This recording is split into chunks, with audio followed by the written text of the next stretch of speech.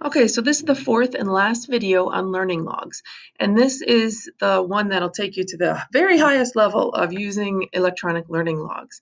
So the first thing I did when I wanted to share just that tab, just that page for each student, was I had to go in here and I actually made a learning log folder, and I went in and I made a spreadsheet for each student.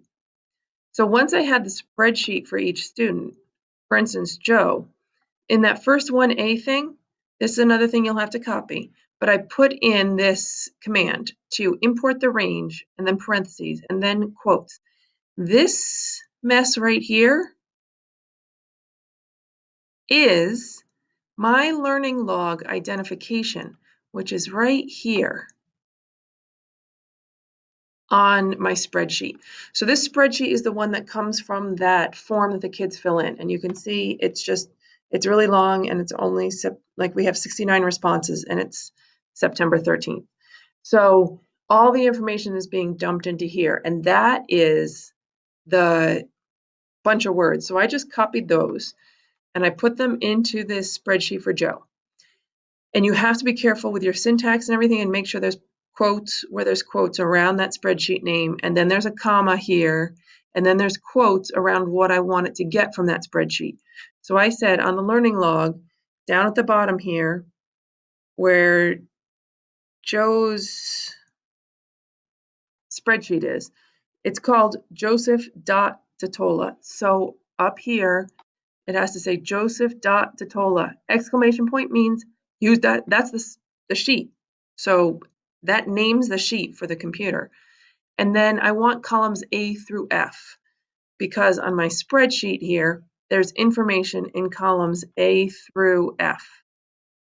So that should go to Joe's personal page. So A, unfortunately, doesn't go through F, but that's okay. If I went through I, it doesn't matter. But all that information there is what I want to pull over to this spreadsheet. Then once I had the information coming in to this individual spreadsheet, this is just Joe's document. It has none of the other information on it. You can see that this is its own tab. Like I opened up this very form and I made one for my kids first. Then I went in and I put this code in there. The last thing I had to do then, once everything populates, is I needed to share this. So I shared this as a view only with Joe. And Deja's in there because she's in my Spanish 2 folder too. So she gets everything that's in Spanish too. But Joe's in there, he can only view it.